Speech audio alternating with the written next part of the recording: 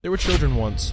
Names, faces, memories, wiped clean by Playtime Co. These are the erased files, the lost souls, the victims of science without humanity.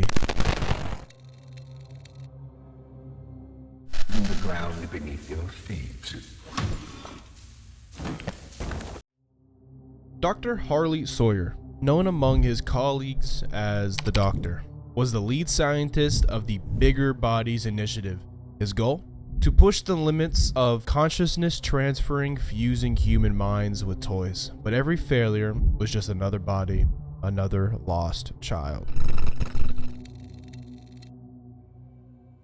Experiment 1391. Subject Casey, age 8, Playcare resident. Experiment 1391, a child named Casey was subjected to a procedure that implanted her consciousness into a toy-sized green Mini Huggy. Post-operation reports describe her as unresponsive, with her lifeless form monitored in the operating room. The experiment was deemed a failure, and Casey's existence was erased from the records and hidden forever. That's all. Why can't I feel anything? Numbness is to be expected, but you'll feel better. Don't you worry now, Cassie. The feeling will pass. Just a pinch, that's all.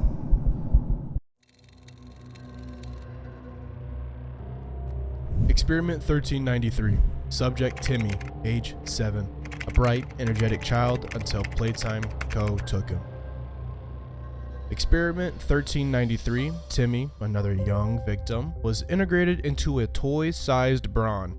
Similar to previous experiments, the procedure resulted in a non-responsive subject, but Timmy's corpse was left in the operating room, a testament to the inhumane practices of Playtime Co. We're here for you, Timmy. We always will be.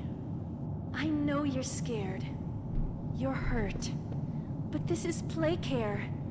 Your new home. You're safe here. Experiment 1395. Subject Danny, age 9, a child with a love for music. He played the trombone in the Playcare's weekly recitals. The staff called him the Little Performer. Experiment 1395. Danny was the unfortunate soul chosen for the irradiation, becoming another Bunzo Bunny. The procedure mirrored previous attempts, with Danny's consciousness failing to integrate successfully. His lifeless form was discarded, another casualty of the company's relentless pursuit of innovation. Do you think they'll be nice to me, Dr. White? Whoever adopted me? Yes, I should think so, Danny. I promise you, you're in good hands.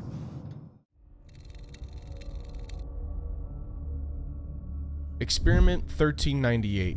Subject Identity unknown. Only one detail remained: extreme physical alterations required. Experiment 1398. The subject was transformed into a larger version of PJ Pug-a-Pillar. The process involved extensive physical alterations, resulting in a creature that was neither fully human nor toy. The subject's corpse was found in the operating room, another failed experiment in the company's dark history. Anything yet? No, nothing.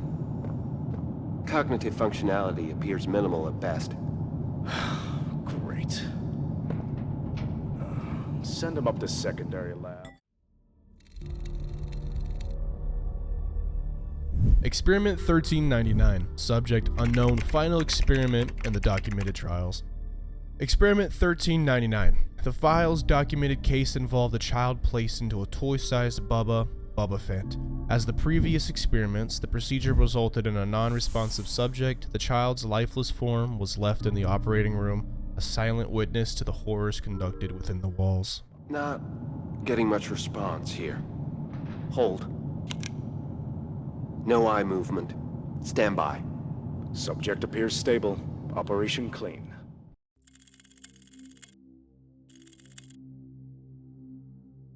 But there was one more. A name buried deep within the files. Riley. No experiment number, no official record, but her story remains scattered throughout the factory. She was 12, an orphan. Riley's parents were killed in a fire, so 2 weeks later, she was sent to play care. She wrote about feeling like an outsider, adding 2 lists to each entry after a counselor suggested doing so. She wrote about the others who had been there longer, and then the pages change. In early 1995, she was indeed chosen. She was brought below the factory, given a shot. She describes her skin opening up like flower petals as a man who looked like a doctor dug around inside her, taking things out. When she woke, everything hurt. Her body was no longer her own, and she was locked up in a prison cell, in which she spent several months alone in. During the hour of joy, Riley remained inside her room, listening to what was going on through a hole in the wall. She ventured outside after the noise died down, only to discover the toy graveyard, which caused her to panic and return to her cell. Sometime later, she tried to get help from the crane operator, who was, however, dead. Riley soon realized that she was in a prison alongside many other people who had been turned into toys. Refusing to eat the bodies of the dead employees to survive, Riley resigned herself to starvation. As her last act, she took the key from the body of the conductor at the prison train station, intending to hide it in the hopes of preventing the train from ever bringing anyone else to the prison. Riley becomes something else, and just like the others, she was left behind. They were never just toys. They were children lost to the darkness of a corporate greed, and their souls still linger waiting for justice.